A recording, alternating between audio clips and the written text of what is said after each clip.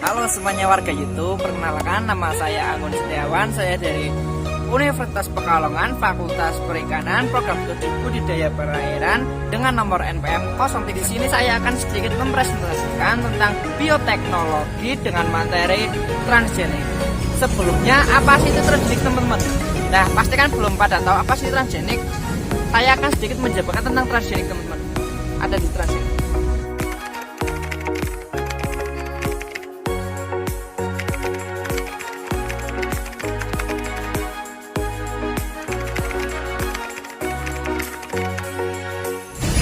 Dengan transgenik itu ada beberapa metode yang digunakan. Antaranya 1, 2, 3, 4, 5. Nah, kita kembali ke materi. Transgenik itu sebenarnya sudah dilakukan sejak tahun 1985 di Cina. Itu diterapkan di ikan kopi. Namun dalam penggunaan transgenik itu jarang digunakan karena memiliki kendala yang sedikit membebankan dari para petani kecil. Di antaranya adalah harga yang sangat tinggi untuk peralatan yang digunakan. Kemudian dalam penggunaan atau penerapan dibutuhkan orang-orang yang expert dalam cara penggunaannya. Jadi transgenik itu jarang digunakan untuk para pembudidaya dalam skala kecil. Nah, terus transgenik itu gunanya apa sih? Nah, salah satu guna transgenik itu sebenarnya ada 3 yang paling utama ya teman-teman. Nah, 1 adalah untuk menjaga keresistensian penyakit terhadap suatu ikan tertentu, ya itu diperlukan transgenik. Kedua adalah untuk pengembangan warna. Yang ketiga adalah untuk bobot atau pertumbuhan. Itu merupakan keuntungan dari dilakukannya transgenik. Nah, metode pertama adalah mikroinjeksi. Mikroinjeksi ini adalah penyuntikan menggunakan mikropipet di bawah mikroskop dengan menggunakan mikromuskuler, di mana itu telur disuntikan dengan menggunakan gen, menggunakan mikropipet atau semacam jarum, menggunakan mikroskop di bawah mikromuskuler. Kenapa menggunakan mikroskop? Karena dari ukuran telur itu sangat tidak memungkinkan bila menggunakan dengan mata telanjang. Kemudian mikroinjeksi ini dilakukan dengan sangat cepat karena pada masa embrio itu hanya berlangsung selama 30-40 menit. Kemudian mikroinjeksi ini itu harus dilakukan setelah telur dibuahi. Karena apa? Kalau telur belum dibuahi itu belum ada embrio yang ada di dalam telur. Biasanya kan kita berbicara tentang keunggulan dan kelemahan dari suatu metode. Nah, keunggulan dari metode ini adalah tingkat keberhasilan yang sangat tinggi. Itu dengan menggunakan teknik ini, ikan itu dapat tumbuh 3-8 kali lipat dari bobot induknya atau ukuran inangnya.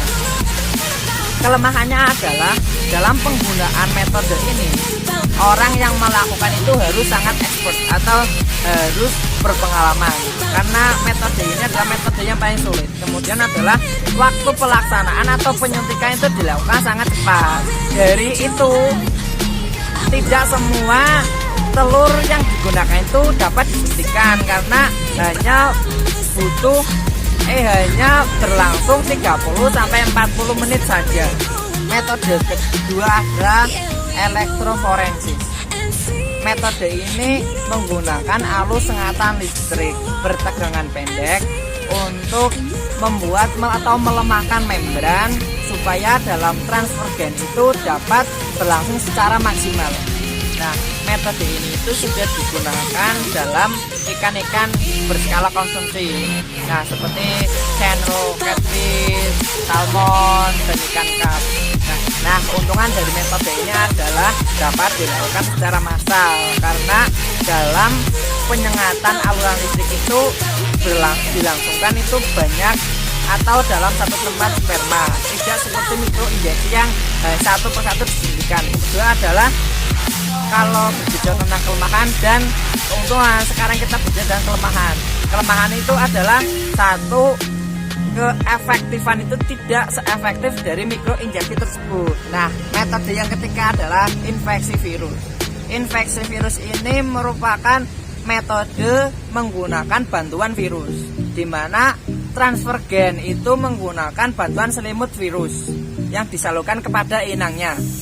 Dan ikan yang sudah pernah dicobakan merupakan ikan hias, biasanya itu ikan gapi, kemudian ikan konsumsi itu ikan catfish. Nah, yang keempat adalah sperma sebagai pembawa gen. Tekniknya adalah pengikatan gen pada sperma. Pada saat sperma dalam keadaan motil dan konsentrasi sangat tinggi. Nah, di situ pas dilakukannya teknik ini. Pada tahun 2002 pernah dilakukan terhadap ikan silver, di mana ditransgenikan menggunakan cDNA ke ikan rainbow.